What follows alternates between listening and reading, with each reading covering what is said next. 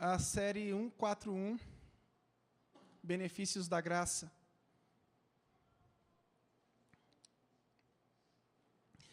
Repete comigo, benefícios da graça. Graças a Deus. Tito 2, verso 11 em diante, diz o seguinte: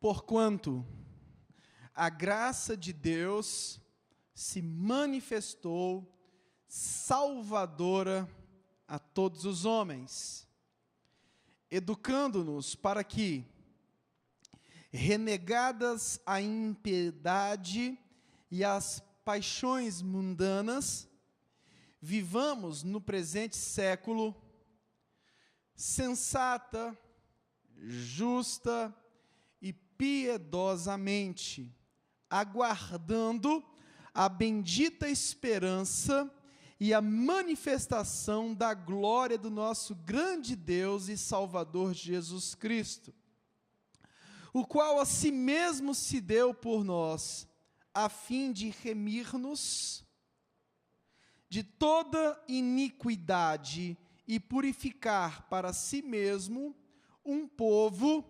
exclusivamente seu,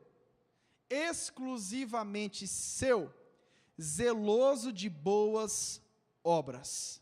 Espírito Santo, que o Senhor nos conduza nessa ministração, que cada um de nós que estamos aqui sejamos impactados pelo poder transformador da Tua Palavra, no nome de Jesus, amém e amém. Pode se assentar.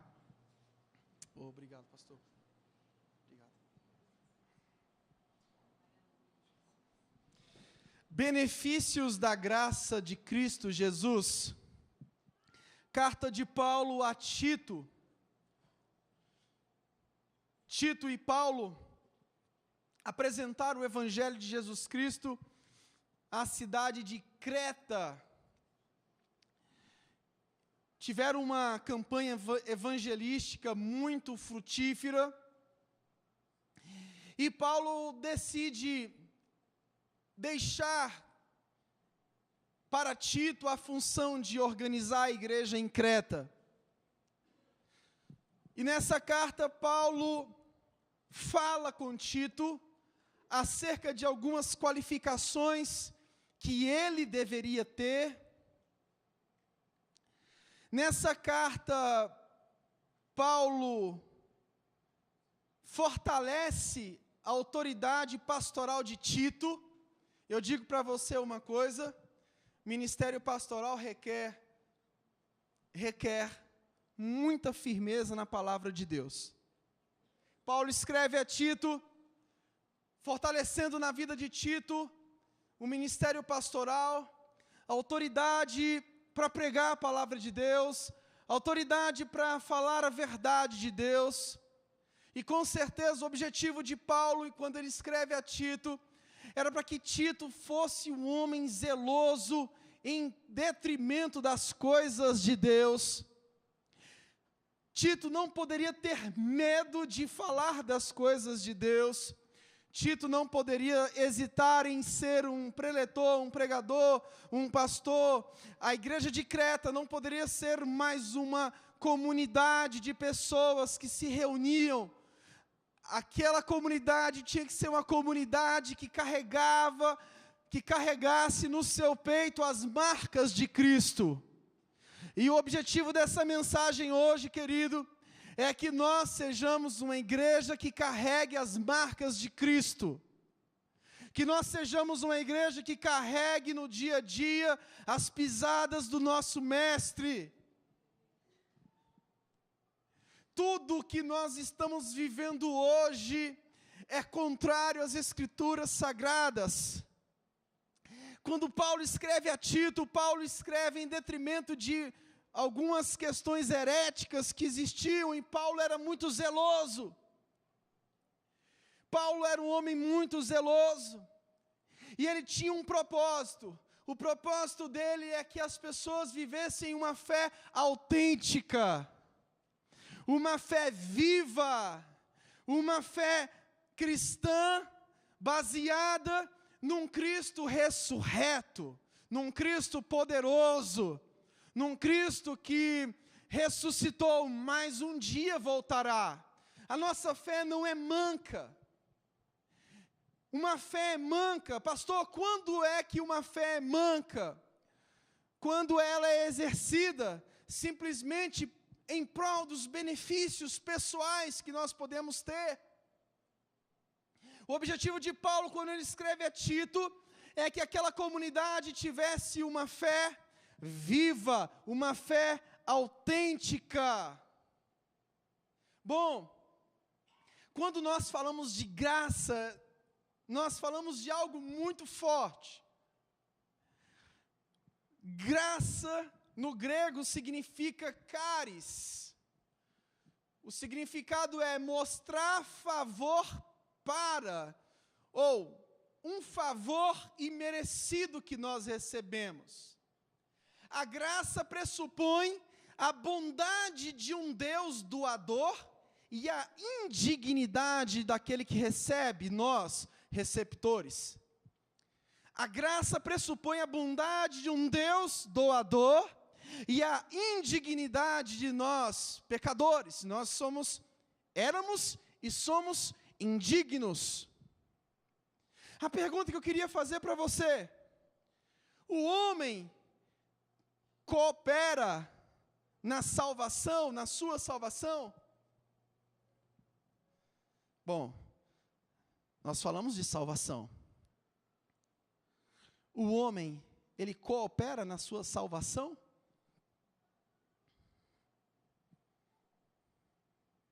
Para alguns, sim.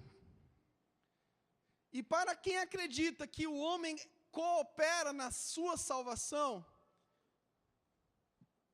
Deus passa a ser um mero assistente. Se eu coopero, se eu ajudo na minha salvação, então Deus é o meu assistente. Para outros, não. O homem está morto, e morto não tem poder de ajudar e cooperar a Deus com nada.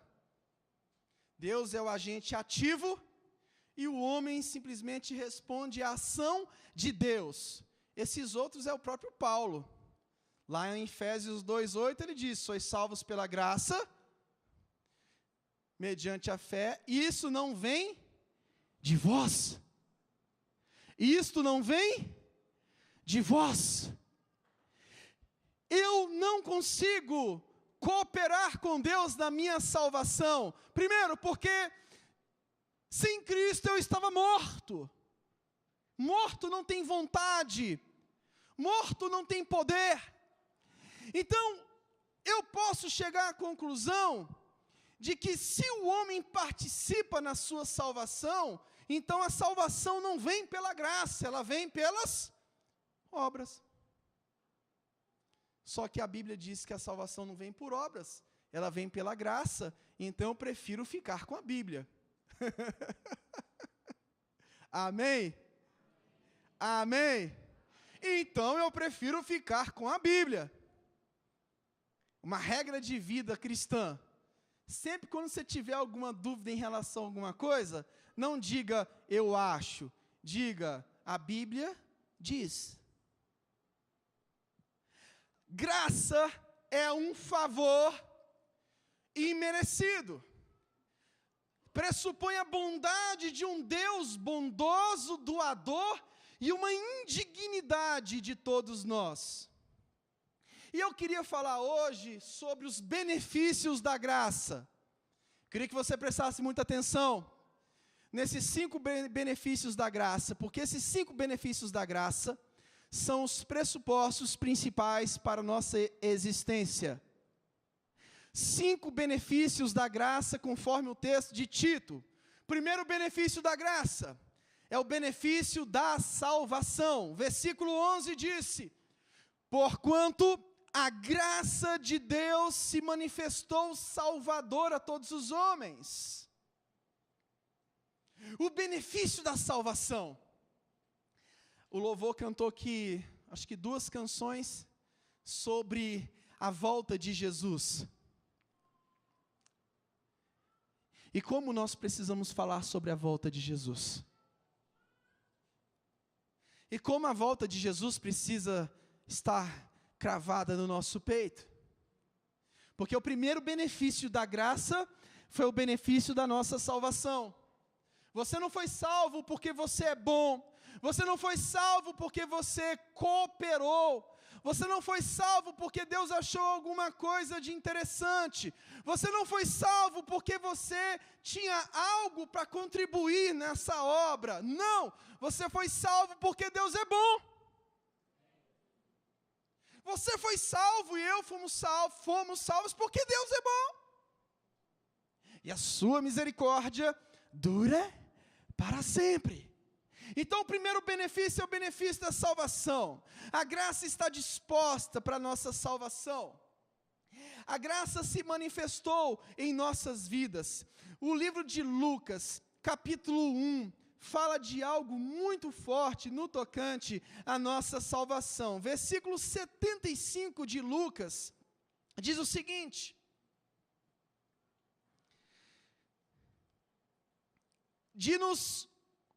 de conceder-nos que, livres das mãos de inimigos, o adorássemos sem medo, em santidade e justiça perante Ele todos os nossos dias. A salvação é isso. A justiça de Deus em nós, fazendo com que nós o adoremos todos os dias sem medo, para o resto da vida. O benefício da salvação é uma adoração contínua. O benefício da salvação é uma adoração contínua. Você é salvo, você começa a adorar a Deus por toda a eternidade. Essa adoração começa aqui, mas ela se estende por toda a eternidade.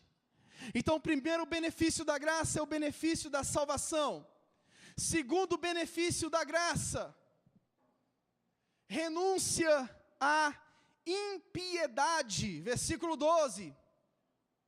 Versículo 12 de Tito fala sobre a impiedade, fazendo-nos renunciar à impiedade. A graça do Senhor te faz renunciar à impiedade. Pastor, o que é a impiedade? Impiedade é o que nós éramos antes de Cristo. Nós éramos homens e mulheres impiedosos. A impiedade é uma ação em relação a Deus. Nós vamos ver outro termo chamado justiça, que é uma ação em relação ao próximo. Nós éramos impiedosos. Primeiro, nós detestávamos a Deus. Nós detestávamos a Cristo. Nós detestávamos tudo que se diz respeito a Deus. Igreja, obra missionária, dons ministeriais. Nós éramos contrários a tudo aquilo que hoje nós amamos. A graça trouxe para nós um poder de renunciar à impiedade. Nós éramos homens impiedosos. Nós até dizíamos, será que Deus existe? Nós dizíamos antes de sermos alcançados por Cristo, eu confio na força do meu braço. Nós éramos impiedosos. Nós éramos homens que rejeitavam uma vida santa. O homem sem Cristo, ele rejeita uma vida santa. Ele diz, poxa, eu vou servir a Cristo, e se eu servir a Cristo, eu não vou poder mais servir ao mundo. Se eu servir a Cristo, eu não vou poder mais beber. Se eu servir a Cristo, eu não vou poder ter 2 mulheres. Se eu servir a Cristo, eu não vou poder fazer isso. A graça do Senhor nos alcançou de tal forma, que hoje nós dizemos, eu quero só uma mulher, eu quero só um marido, eu quero viver somente para Cristo. nós renunciamos à impiedade, nós renunciamos uma vida dupla, nós começamos a querer viver conforme Cristo viveu, nós começamos a renunciar tudo aquilo que é contrário à palavra de Deus. Nós amávamos as obras infrutíferas das trevas, mas a graça do Senhor nos alcança, e você diz: eu não quero mais essas obras infrutíferas das trevas da minha vida, eu não quero mais essas coisas dentro da minha casa, eu quero renunciar a essa impiedade, eu quero amar o meu Deus, porque Ele me alcançou. A graça te fez dizer não a tudo que é contrário a Deus. Se o mundo, e o mundo de fato caminha contrário a Deus, você vai caminhar por outro lado.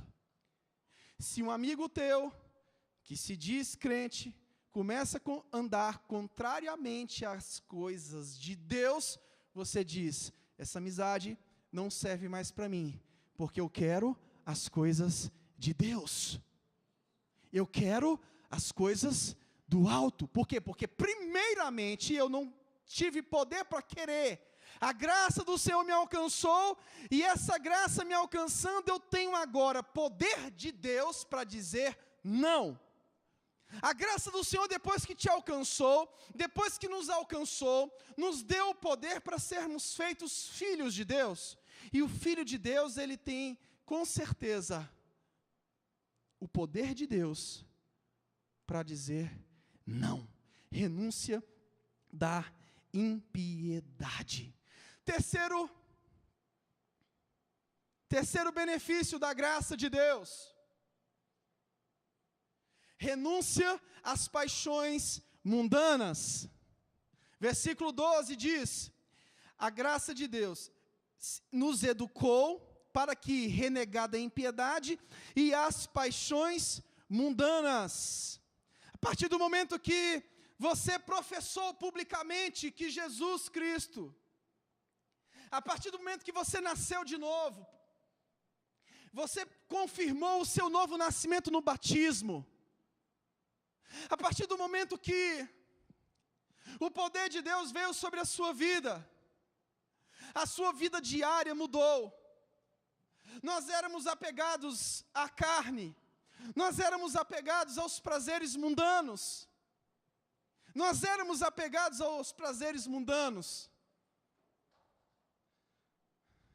Eu já fui chicleteiro.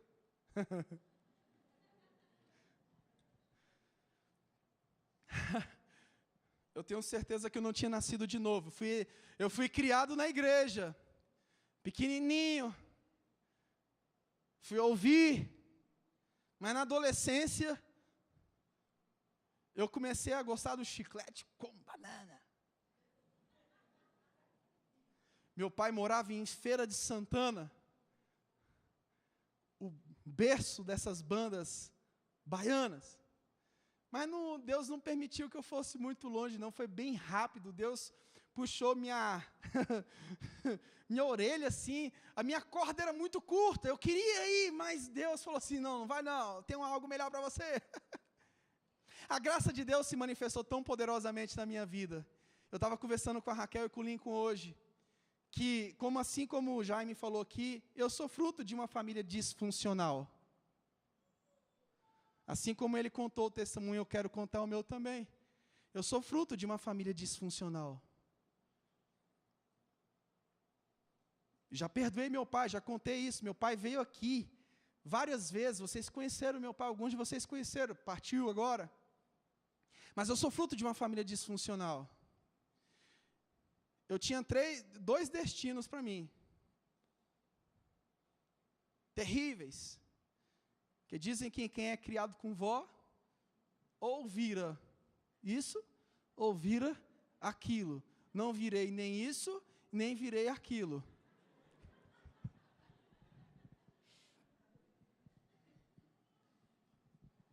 Eu sou fruto de um lar disfuncional. Não tive pai e mãe.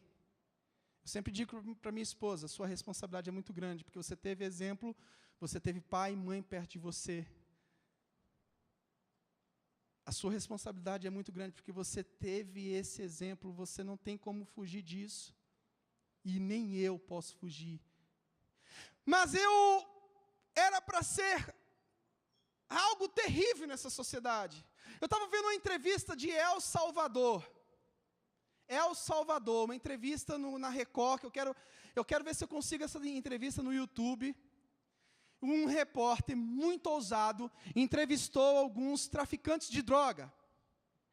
E esses traficantes de droga, a maioria deles, e foi um antropólogo aqui da USP, fazer uma pesquisa também acerca do tráfico. O que moveu aqueles homens para o tráfico de drogas? Unanimemente, 95%, família disfuncional. O pai não dava atenção para o filho buscou atenção lá fora no mundo.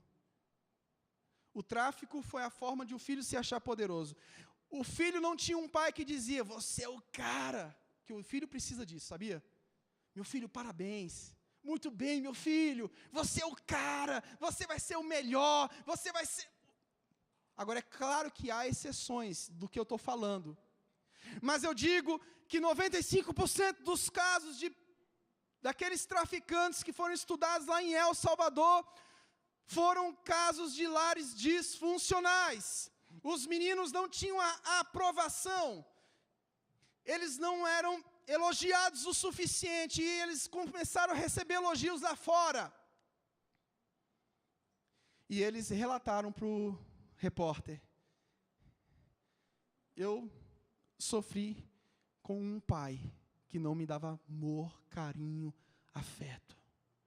Eu não tive um pai presente. Então eu posso te dizer, querido, que eu sou um caso de um milagre da graça de Jesus. Eu sou um milagre de Deus. Hoje, eu sou pastor há 13 anos, mas eu não fui pastoreado. Quando era da igreja, eu era aquele cara lá o cara mais inexpressivo de uma igreja que você pode encontrar era Michel Augusto. O cara menos provável para ir para o ministério se chamava Michel Augusto.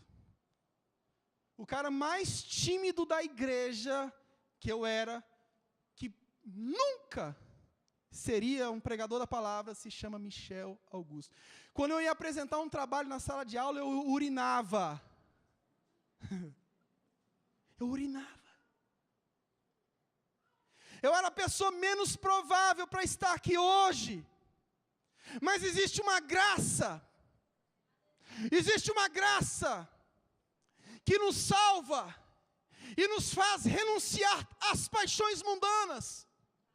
Existe uma graça preciosa, uma graça poderosa que nos alcança. Eu nunca recebi a visita de um pastor. Eu nunca entrei num gabinete de um pastor. Tem até um vídeo aí do Porta Estreita, né, do pastorzão.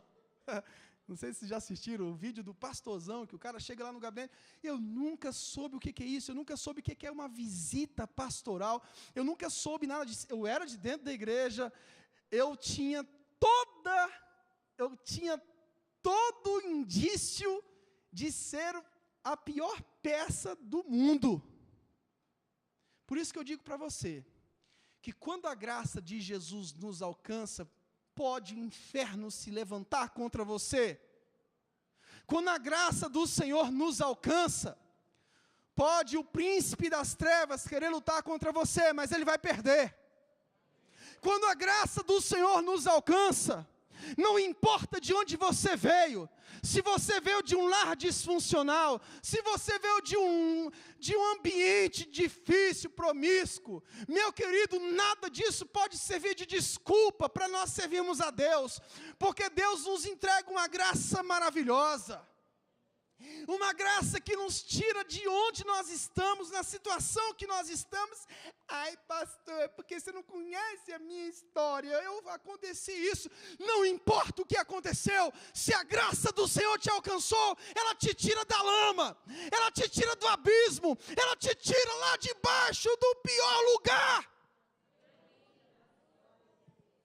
Não importa de onde você veio, não importa o tanto que você sofreu, Não importa as lutas que seu pai, que a sua mãe passou. Eu e você temos uma graça que nos faz mudar essa história. A partir de hoje você não vai cometer o erro que o seu pai e sua mãe cometeram. A partir da graça do Senhor na sua vida, você não vai fazer aquilo que os seus antepassados fizeram, assim como Israel, que tiveram antepassados que eram um motivo de chacota, diante da desobediência. Você vive um tempo diferente. Você vive um tempo diferente. Você é privilegiado, porque a graça de Deus veio sobre você.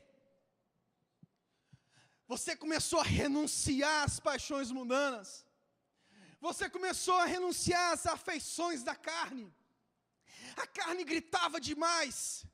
E agora quem fala em você é o poder do Espírito Santo. Quem age na sua vida é o poder do Espírito Santo. Quem te levanta para orar na madrugada é o poder do Espírito Santo. Quem te faz clamar, quem te faz orar quando está dirigindo o carro, quem te faz orar quando você está no banheiro, é o poder do Espírito Santo. Se hoje você é um servo fervoroso, se hoje você é uma pessoa fervorosa, creia. Não é mérito seu. Não é mérito meu. É a graça. É a graça que nos alcançou. É a graça que nos faz renunciar às paixões mundanas. Você não tem força suficiente para dizer não, se não for a graça do Senhor contigo. Em quarto lugar, quarto benefício da graça, versículo 12. Você renuncia.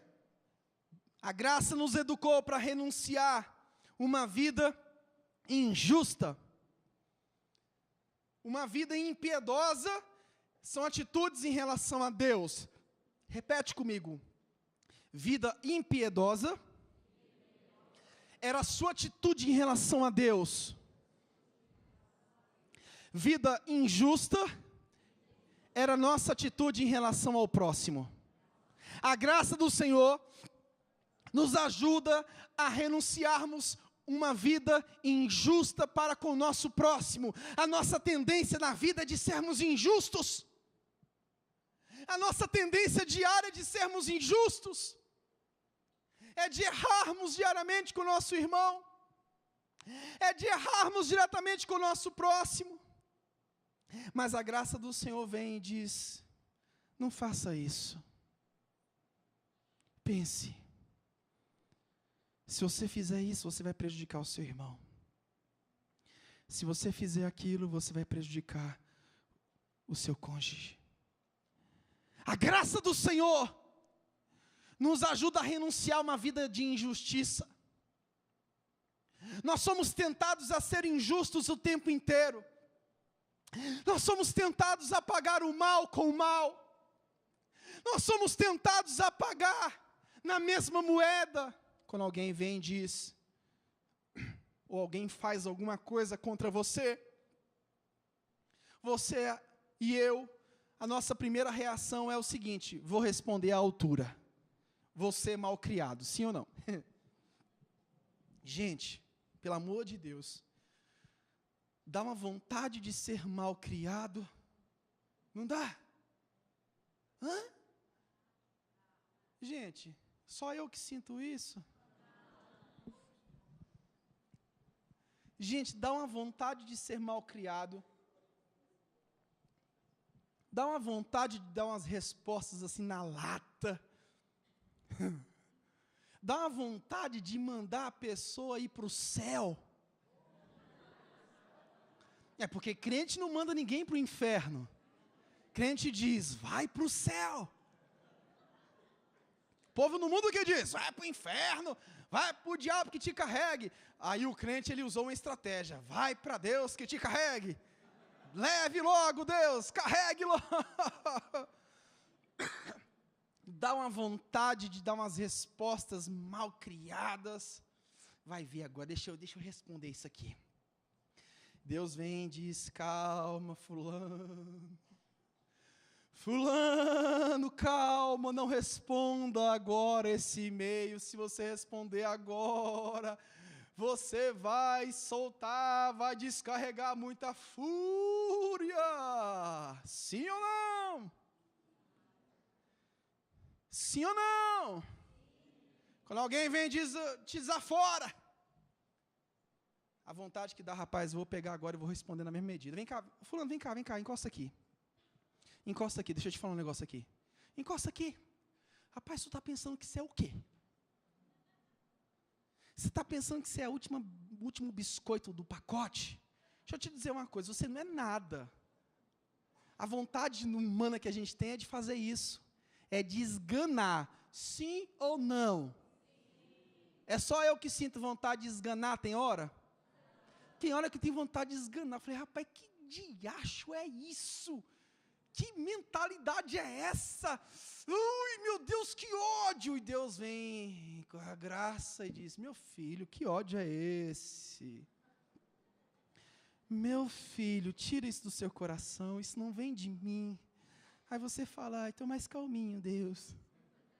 Estou mais calmo.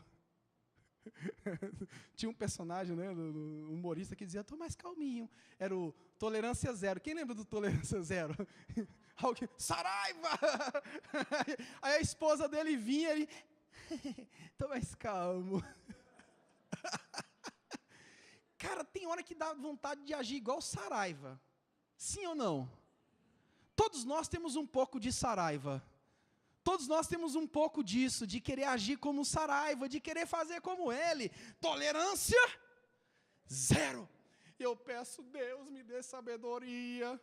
Todo dia eu estou orando para Deus. Eu estou orando cerca de 3 vezes ao dia, pedindo sabedoria para Deus. Deus, me dá sabedoria. Deus, o que eu vou responder? O que eu vou falar? O que eu vou pedir? O que eu vou deixar de pedir? Eu nunca orei a Deus por tanta sabedoria. Eu penso não, eu vou responder agora. Depois meu Deus, dá-me força, dá-me graça. Calma aí, não vou responder agora não. Aí você pensa pensa 2 vezes. A partir da 10ª vez que você começa a pensar, começa a ter efeito o negócio. O problema é que nós agimos no calor da emoção. E as nossas piores falhas são cometidas no calor da emoção. Eu digo para você que muitos de nós, se andássemos armados no trânsito, nós já teríamos matado. Porque dá tanta raiva, sim ou não, gente? Dá tanta raiva. E o tanto de raiva que a gente passa nos outros? Aquela fechada, a Gisele esses dias falou assim, amor do céu, você fechou o carro. Eu não fechei não. E o cara está lá atrás me xingando.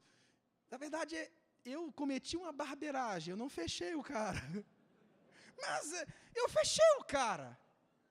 Amor, você acabou de fechar o cara, não faça isso.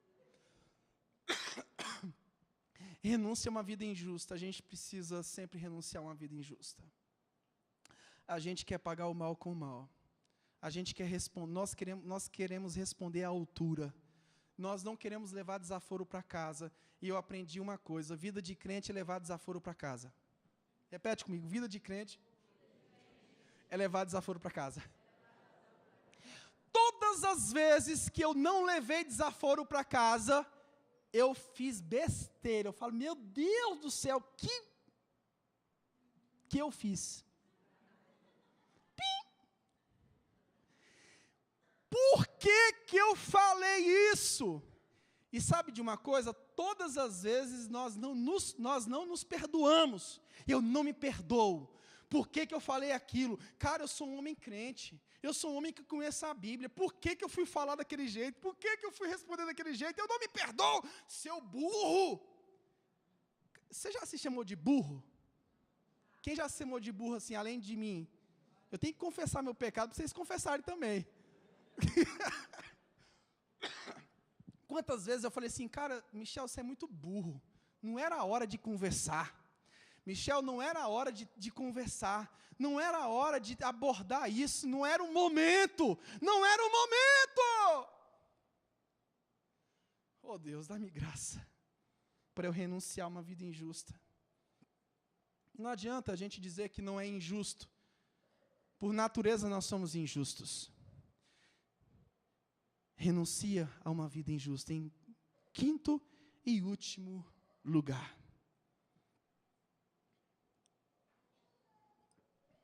Benefícios da graça de Deus. A graça de Deus nos traz uma esperança bendita. Diz glórias a Deus. Versículo 13 diz a palavra: aguardando a bendita esperança e manifestação da glória do nosso grande Deus e Salvador, Jesus Cristo. Meu querido, eu quero te dizer uma coisa, nessa vida aqui, só vale a pena viver se eu tiver uma esperança bendita no retorno glorioso de Jesus. Nós somos imortais, e todas as nossas ações devem ser influenciadas por essa esperança. E eu digo uma coisa, a esperança da vinda de Jesus é purificadora. A esperança da volta de Jesus nos purifica. Por quê? Porque a nossa tendência é amar esse mundo, a nossa tendência é nos firmarmos aqui, a nossa tendência é de nos enraizarmos a cada dia que passa aqui. E quando essas duas canções que foram cantadas hoje, meu Deus, que esperança acerca da volta de Jesus isso trouxe. Aguçou o sentido de viver nessa terra. E o sentido de viver nessa terra é ter uma esperança bendita. O sentido de estar aqui é esperar por algo maior e melhor. Cristo voltará com poder e glória, e essa é a sua e essa é a minha esperança. Cristo voltará com poder e glória, e essa é a sua, essa é a minha esperança. Cristo voltará e julgará as nações. Segunda carta de Paulo aos Coríntios, no capítulo 5, versículo 10, a palavra de Deus diz: porque importa que todos nós compareçamos perante o tribunal de Cristo, para que cada um receba segundo o bem ou mal que tiver feito por meio do corpo. Querido, nós temos a certeza que a volta de Cristo vai inaugurar um grande juízo sobre as nações. E eu e você vamos participar desse dia glorioso. Eu e você vamos participar desse juízo, desse julgamento de Cristo Jesus. Eu queria que você, que eu, que todos nós meditássemos nessa noite. Em todas as nossas ações aqui na terra serão expostas no dia do juízo. Olha, deixa eu te dizer uma coisa. Se eu e você, se nós vivermos uma vida dupla aqui na terra, talvez as pessoas não vão saber aqui. Se eu vivo uma vida dupla hoje, talvez eu consiga enganar as pessoas. Se você vive uma vida dupla hoje, talvez você consiga enganar os homens. Mas chegará um dia que todos nós vamos ficar assim perante Cristo e perante uns aos outros, e vamos descobrir todos os podres que um e o outro fizeram nessa vida. Por isso que o tribunal de Cristo é um local de acerto de contas, é um local de acariação. E a vida cristã é uma mensagem que nos faz consertar a nossa história hoje, para que lá nós não sejamos envergonhados naquele tribunal. Eu não quero ser envergonhado naquele dia. Eu não quero ter uma vida exposta. Eu quero consertar hoje. Eu quero viver o Evangelho hoje. Eu quero viver o Evangelho hoje, porque lá eu não quero passar por essa vergonha das pessoas, do próprio Cristo, expor a minha vida num tribunal diante de todos, onde todos vão falar.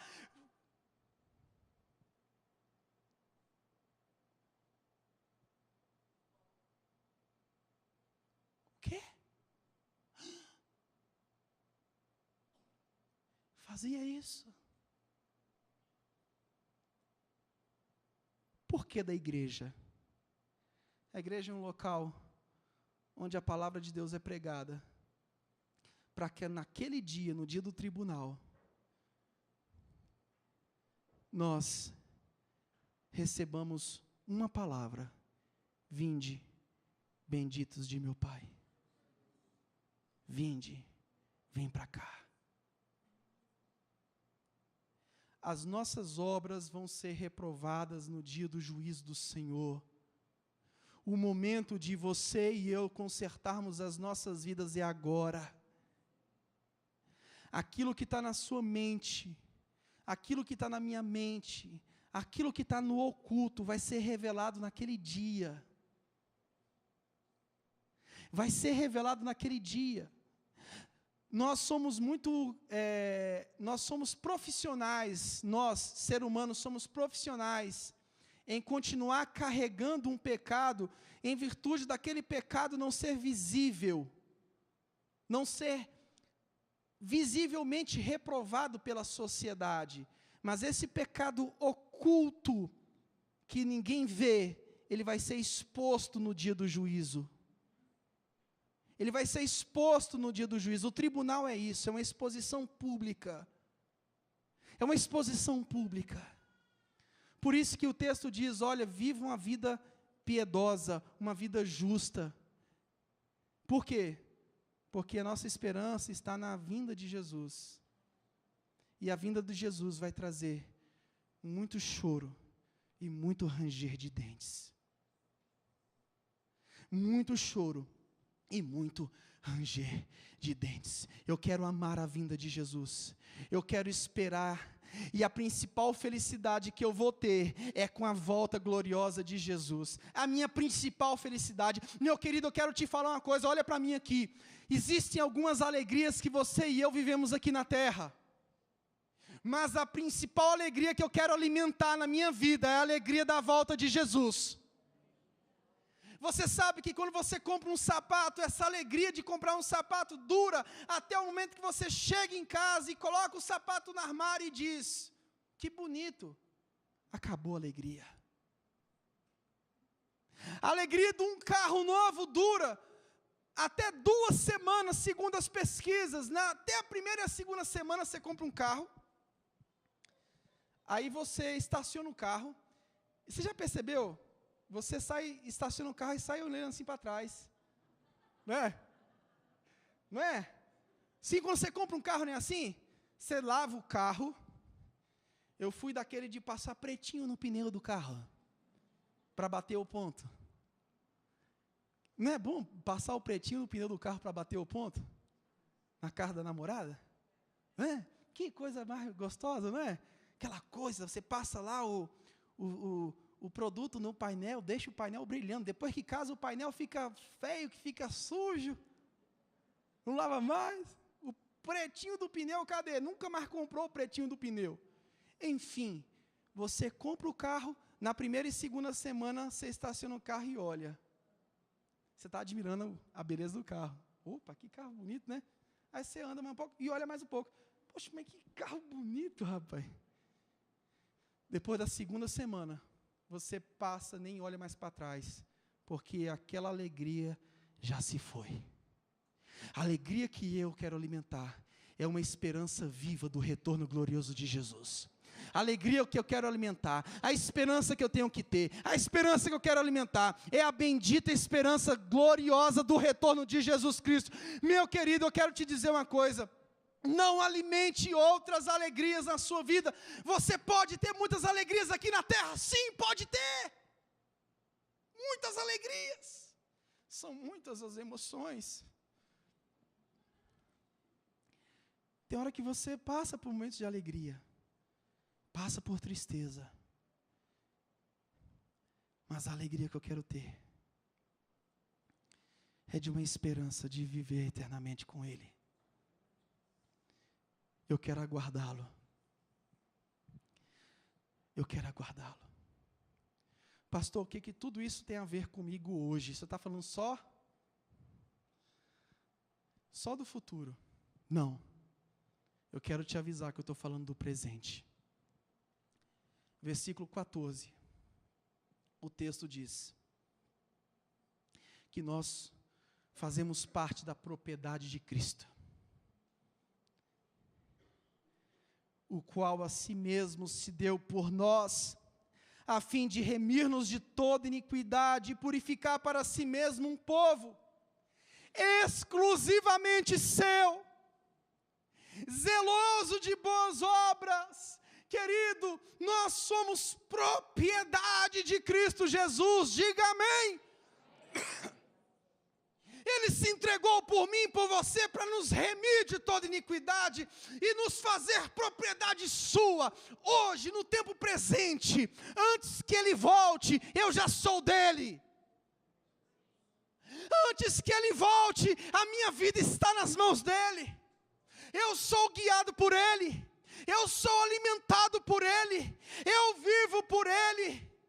Jesus está me purificando todo momento, Ele está rondando, sondando o meu interior e vendo se há algum caminho mau em minha vida e me transformando, e me limpando, e me santificando, livrando a minha vida do Seol, livrando a minha vida desse mundo tenebroso. Nós somos um povo exclusivamente dele, um povo dedicado a Ele, um povo que Ele tomou para si sem reservas, um povo que foi gerado, na cruz do Calvário. Nós já somos dele, nós fazemos parte dele, e tudo que Deus quer é fazer de mim e de você um povo zeloso. Ele já zela por mim e por você. Ele quer fazer de mim e você um povo zeloso. Ele quer fazer de nós um povo zeloso. Ele quer fazer com que você e eu invista tudo o que nós podemos investir naquilo que é mais primordial nas nossas vidas, a nossa fé. Eu quero te dizer uma coisa, meu querido. O Espírito Santo de Deus está te tocando de tal forma, o Espírito Santo de Deus está te tocando de tal forma, que você pode trabalhar, que você pode estudar, que você pode fazer o que você tem que fazer. Eu não estou dizendo para você abandonar o seu emprego para vir para cá ficar o dia inteiro orando, não. Eu quero te dizer que independentemente do que você está fazendo, do que você faça, o Espírito Santo de Deus está te tocando para que você faça as coisas de Deus com zelo. O Espírito Santo de Deus está me tocando para fazer as coisas com carinho. O Espírito Santo de Deus está me tocando para fazer as coisas com empenho. O Espírito Santo de Deus está me tocando para eu entregar tudo, para eu entregar a minha vida, para eu entregar o meu tempo. O Espírito Santo de Deus está me tocando, o Espírito Santo de Deus está falando comigo para fazer a obra de Deus com mais carinho, com mais consideração, para fazer a obra de Deus com todo amor, com todo empenho. O Espírito Santo de Deus está te tocando para que as nossas atitudes, está me tocando para que as nossas atitudes sejam completamente voltadas para Ele. O Espírito Santo de Deus está te tocando nessa noite, para que você renuncie uma vida completamente egoísta, uma vida que é voltada para si mesmo, e que sua vida seja voltada para Deus e para o próximo. E às vezes nós vamos ter que renunciar, muitas vezes, a maioria das vezes, sempre nós vamos ter que renunciar a nossa própria vida em prol de Deus e em prol do nosso irmão. Muitas vezes nós vamos ter que deixar o conforto, muitas vezes nós vamos ter que ser privados, muitas vezes nós vamos ter que passar por humilhação, em virtude do nosso irmão.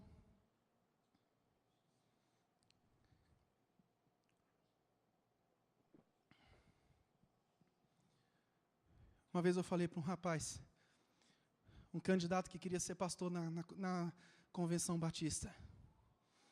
E ele chegou diante de uma comissão. Eu disse para ele: rapaz, por que tu quer ser pastor?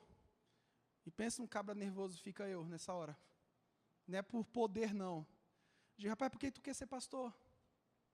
Rapaz, porque Deus disse que eu tenho um grande ministério, que eu ia pregar nas nações, que eu ia pregar no estádio, e não sei o que, e coisa e tal, que eu ia pregar na Índia, na África, na Europa.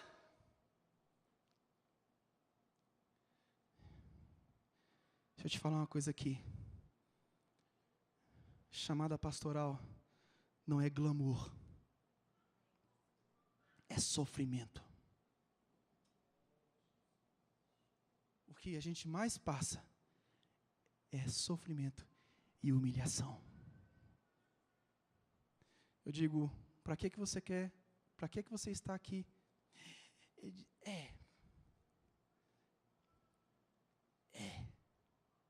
Se for para sofrer, né? Eu digo, meu irmão, em nome de Jesus, você tem a convicção do que você quer? Você tem a certeza do que você está falando, do que você está pedindo? Você tem a convicção da luta que você está puxando para você? Ou você está vindo porque Deus está te chamando? Porque chamada, se não for Deus, a pessoa vai trazer uma luta que não era para ela, e não queira carregar uma luta que não era para você. Basta as lutas que são nossas, basta a nossa luta do dia a dia. Não queira carregar uma luta que não é para você. Não queira carregar algo que não é para você, que Deus não está te entregando. Eu disse para ele, meu irmão, o porquê que você está aqui? No final ele já estava com dúvida acerca da chamada dele. É o que eu faço sempre nas comissões. No final ele já estava com dúvida acerca da chamada dele. E eu acho que essas coisas podiam ser feitas nos testes vocacionais, nos concursos públicos. Por que você está aqui? Tinha uma mulher que passou para delegada de polícia. Só que ela tinha vontade de ser delegada de polícia. Ela tinha um sonho de ser delegada, porque o título, eu quero ser delegada. Ela sumiu. Na primeira perseguição de bandidos, ela desmaiou no meio do caminho. E ela descobriu que a vida dela não era para ser delegada. E ela pediu baixa no concurso para delegada e fez outro concurso. Não queira nada na sua vida simplesmente para ganhar dinheiro. Não queira nada na sua vida simplesmente para ter facilidade. Mas encare a vida a sério. Encare a sua vida espiritual a sério. Encare a sua vida matrimonial a sério. Encare a sua vida profissional a sério, meu querido. Porque nós vivemos numa roda viva. E uma hora nós seremos cobrados diante das nossas escolhas. Eu quero te dizer uma coisa. Coloque a sua vida, vamos colocar a nossa vida no eixo do propósito de Deus. Deus tem primazia sobre a minha vida. Eu era para ganhar muito dinheiro. Mas eu prefiro. Eu disse para minha avó ontem, antes de ontem, eu fui almoçar com ela. Toda sexta-feira eu almoço com ela, sagradamente. Toda sexta-feira. Eu disse para ela o seguinte, para encerrar. Eu sou muito mais feliz, infinitamente mais feliz, de ter um ministério segundo a vontade de Deus, aprovado por Deus, eu tenho convicção disso, do que ter ganhado rios de dinheiro exercendo uma profissão lá fora. No meu caso, eu digo no meu caso, não estou dizendo no seu. Eu sou feliz. Eu amo ser pastor. Eu amo estar aqui. Eu amo estudar a palavra. Eu amo isso aqui. Eu faço isso aqui com muito prazer, com muito amor. Eu faço isso aqui porque Deus, Ele colocou isso no meu coração, porque senão não teria força. Meu querido, em nome de Jesus, essa é a esperança bendita que Deus fala e coloca no meu coração. Você vai desempenhar algo com amor, com carinho. Você vai dizer, vamos pastor, onde é que é? O que é para ter que fazer? Vamos fazer em nome de Jesus Cristo. E a força que eu e você temos, não é nossa. Aí que vem o detalhe. A força vem da graça. A graça me sustenta.